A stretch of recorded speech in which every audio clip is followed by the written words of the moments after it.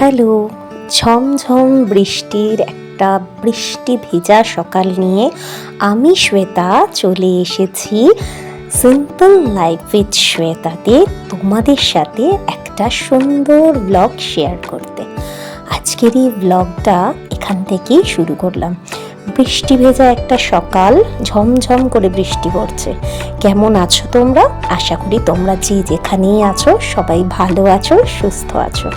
ভাবলাম তোমাদের সাথে বাইরেটা দেখি আজকে ব্লগটা শুরু করি।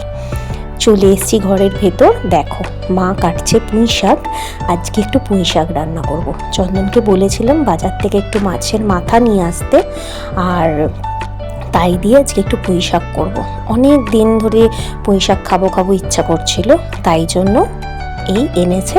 মা বসে পড়েছে পুঁই শাকটা কাটতে। আর এদিকে টাইগারকে তো দেখতেই পাচ্ছ, টাইগার সকালবেলা উঠে যা করে তাই করছে। বাইরে তো ঝমঝমিয়ে বৃষ্টি। আগে যদি জানতাম তাহলে আবার আজকে সেই খিচুড়ি হয়ে যেত। যাই হোক, মা কাটুক, আমি রান্নাঘরে যাই। রান্নাঘরে চলে এসেছি। দেখো, মাছ টাছগুলো ধুয়ে নেব। এই দেখো, টাইগারের মাংস এনেছে। কাটাপোনা মানে কাতলা মাছ। আমরা খুব একটা পোনা মাছ মানে রুইটা খাই না, তো কাতলা মাছ এনেছে। আর এনেছে পার্শে মাছ। পার্শে মাছের ঝালটা তো আমি তোমাদের সাথে শেয়ার করেইছি। তো আজকে রান্না করব মাছের তেল, মাছের মাথা দিয়ে পুঁই শাক, আর সেটাই তোমাদের সাথে শেয়ার করব। পার্শে মাছটাও হয়েছে, ওটা তো শেয়ার করেই দিয়েছি, আর এটা বাকি আছে। তো চলো আগে এগুলোকে ভালো করে ধুয়ে ফ্রেশ করে পরিষ্কার করে নিয়ে সব কিছু আলাদা করে তারপরে আস্তে আস্তে রান্নার দিকে এগোই। তোমরা আজকে সবাই কে কী রান্না করছো জানিও। শরীরটা আজকে সকাল থেকেই বড্ড ম্যাচ করছে, গা হাত পায়ে এত যন্ত্রণা করছে, জানি না কিরম একটা লাগছে শরীরটার মধ্যে। আসলে এত পরিশ্রম হয় না, সব কিছু একসাথে মিলিয়ে এই রকম অবস্থা দাঁড়িয়ে যায় মধ্যে মাঝে। কি আর করা যাবে, সংসার তো চালাতেই হবে, কারণ এখানে তো আমাকে না চালালে বাকিরা অচল। তাই জন্য যতক্ষণ আমি আছি ততক্ষণ তো আমাকে চালিয়ে নিয়ে যেতে হবে। তো দেখো, সব কিছু ধুয়ে রেডি করে নিচ্ছি। আর একটা পার্শে মাছ একটু সাইড করে রাখলাম। কেন বলো তো? ওই যে আমার ওই বাচ্চাটা আসে, ওই যে দুটো কাক আসে, ওদেরকে দেবো।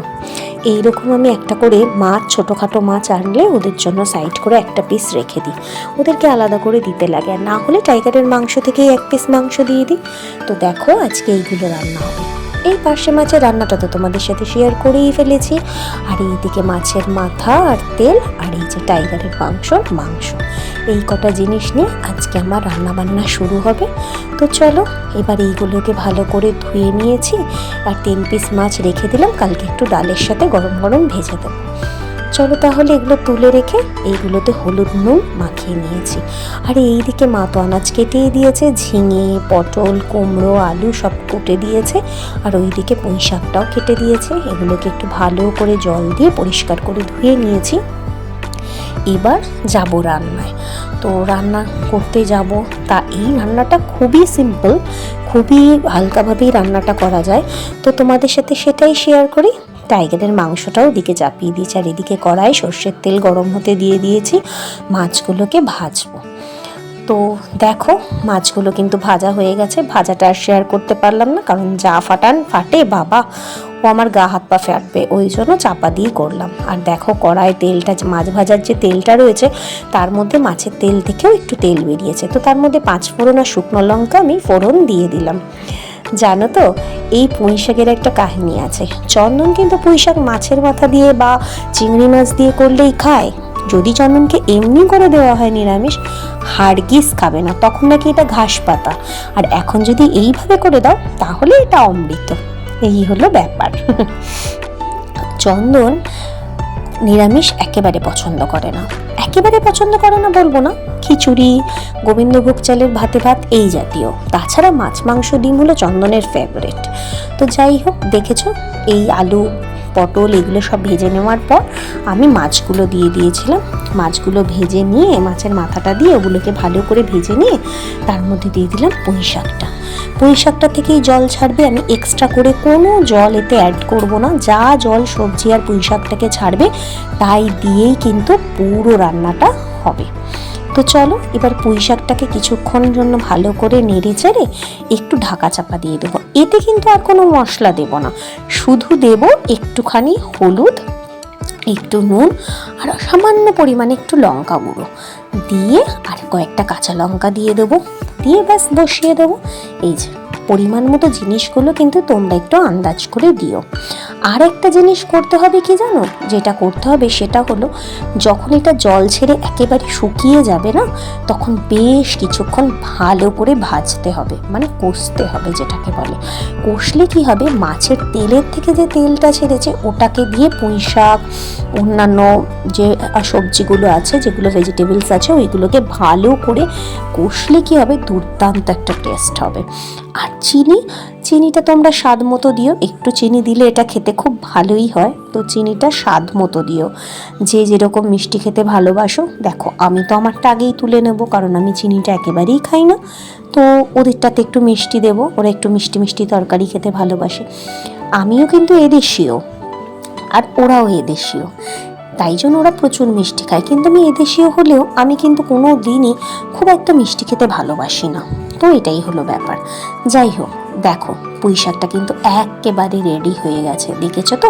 এবার এটাকে ভালো করে কিছুক্ষণ আমি কষবো, কষাতেই রান্না। তো রান্নাটা কেমন লাগলো তোমাদের? যারা এতক্ষণ ধরে দেখছো আমাকে কিন্তু অবশ্যই কমেন্ট করে জানাবে কেমন লাগলো। ভালো লাগলে লাইক কমেন্ট শেয়ার কিন্তু চাই, একটু শেয়ারও করো যাতে বাকিরাও একটু দেখতে পায়। আর হ্যাঁ, যারা আমার চ্যানেলটাকে এখনও সাবস্ক্রাইব করোনি, শুধু দেখছো, তাদেরকে বলবো আমার চ্যানেলটাকে একটু সাবস্ক্রাইব করে পাশের বেল আইকনটাকে ক্লিক করে দিও, যাতে আমার প্রত্যেকটা ভিডিও নোটিফিকেশন তোমরা কিন্তু খুব তাড়াতাড়ি পাও।